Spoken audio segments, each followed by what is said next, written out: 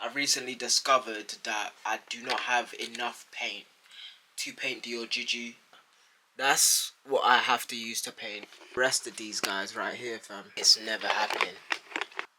Welcome to another edition of the 1st and the 15th. I am on annual leave, so that means I get time to solidly focus on my craft. I call it red brick broccoli. It's reminiscent of the walls I used to sit on back when I was in school, and it's supposed to be like a sculpture, something that you would see like either in Egyptian hieroglyphs. I'm just finishing off the painting of Flare. I've got the tube of paint that I needed. And this is touch dry, people. It's touch dry after a couple of days of painting. In contrast, Amnesty is still drying. It's kind of a bit tense right now in trying to figure out like how I'm going to do the second layer of paint, considering it's already dry.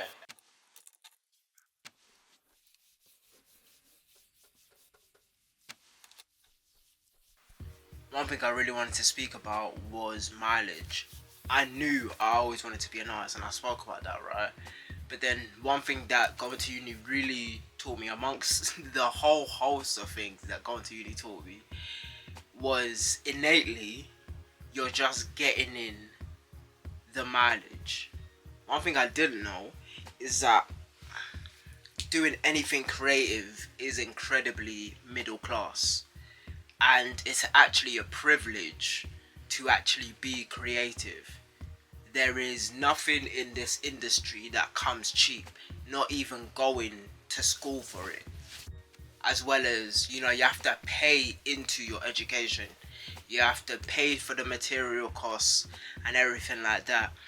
And then when you're on your own, you can only hope your university portfolio gets you a job, because you can't make nothing. I made the decision to put in the miles. Nothing was really gonna stop me from making things, or at least I made the decision. That's literally what I did. I made the decision to ensure that I didn't stop making things. It was literally the worst equipment in the world that I had, and I just said, yo man, man's gonna do this.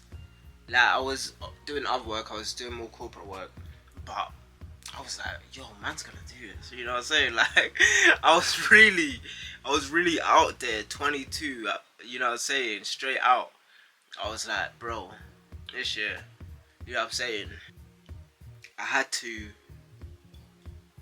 put in those hours, because in reality, it's not really about consistency unless you know what you actually want to make. It's never really about consistency unless you actually know what you want to create.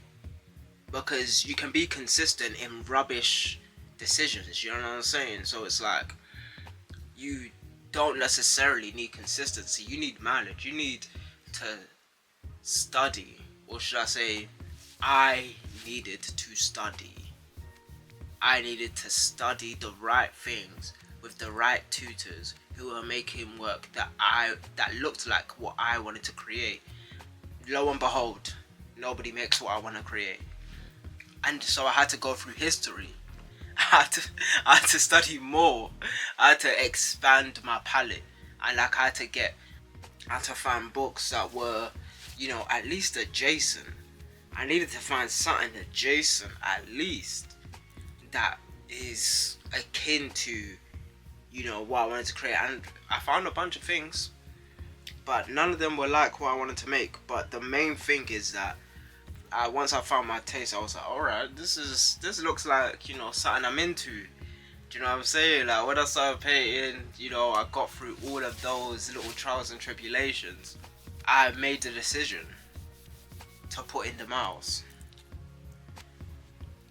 Nothing was really gonna stop me from making things, or at least I made the decision. That's literally what I did. I made the decision to ensure that I didn't stop making things. When I was making something, when I understood my taste, right? Once I understood my taste, I was able to be consistent enough to create.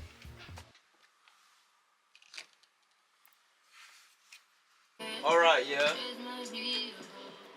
We are coming to the ending of Flare.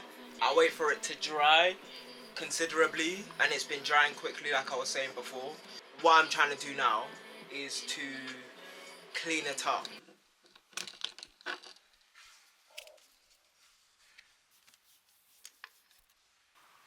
A lot of time was being spent trying to push myself, being to be the best, and pushing myself, through certain scenarios, and pushing myself out of my comfort zone, and learning how to articulate like I do, to talk to people in, a manner where they understand what I'm saying, so on and so forth. And the times where I only had 40% to give, I beat myself up because I only gave 40%. Instead of understanding that with that 40 that I gave, I actually gave 100% of what I could have in that day. Instead of harping upon and, beating myself and fretting over the 60% that I didn't have for that day. And it was really a paradigm shift, and it shifted the dimension and perspective of which I looked at my performance, my daily performance, right? So much time was being spent, beating myself over having sickle cell and getting hospitalized, and having to relearn how to walk and how to love and how to live my life, in part because I would push myself past the 40% I had and, try to exceed that. And once I stopped beating myself over that 60%, I found a new level of appreciation, and I had time and joy and loves in and spent time creating. That allowed me to know, that if all I had was inkjet paper and like A4 inkjet paper and a Mickey Mouse pencil, then that was all I had. And if what I have now is a 120 by 80 centimeter canvas, then that is all I have, right?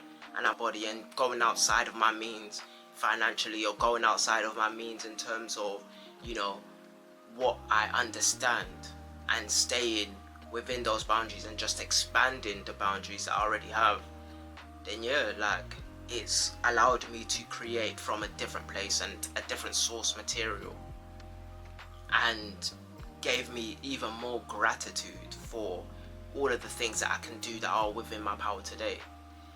So Sans Elegante is the resolution to a problem and a revelation to myself that I am enough, and we can be enough, and we all are doing the best we can with the small amount that we have.